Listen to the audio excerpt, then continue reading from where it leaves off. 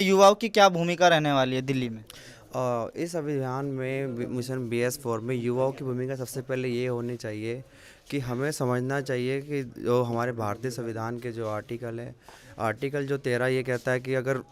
सबसे पहले तो हमें जानना होगा कि समस्या क्या है, संविधान से उनको समस्या क्या है। संविधान से समस्या उनको ये है कि वो चाहते हैं कि भारत की जो न्याय न्याय हो वो उनके धार्मिक जो ग्रंथ हैं उनके आधार पर हो। लेकिन हमारा आर्टिकल 13 ये कहता है कि जो भी धार्मिक किताबें होगी जिनके हिसाब से आज़ादी से पहले संविधान लिखने से पहले जो न्याय चलता आ रहा था वो एकदम नल वॉइड हो गया है। तो उसी के वो सबसे बड़ी समस्या उनकी है कि संविधान से सबसे बड़ी समस्या ये है कि उनके दिमाग में जो उनका फितूर है कि जो अब न्याय होना चाहिए वो उनके धर्म के आधार पर होना चाहिए, जैसे कि वो मनुस्मृति लागू करना चाहते हैं। तो ये ताकत हमें आर्टिकल हमारा 13 देता है कि हमें वो जो किताब है मनुस्मृति जो किताब है उनका जो धार्मिक ग्रंथ है विधायन है उनका, तो उसकी जो वो नल एंड वाइड हो चुका है। तो वो चाहते हैं उसको दोबारा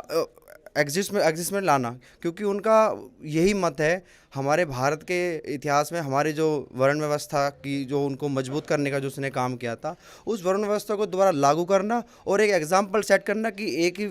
जो वर्ग है या एक ही जो क्लास है वो हमेशा सर्वश्रेष्ठ रहने की। तो ये मिशन BS4 जो हमारे युवाओं में एक नया उमंग पैदा करेगा और यही उमंग हम भारतीय संविधान की जो कसम खाते हैं और जो उनकी शपथ लेते हैं उसमें एक नई मुहिम डालेगा मेरे हिसाब से। धन्यवाद। हाँ, मैडम बताइए, इस अभियान है जो इसमें महिलाओं की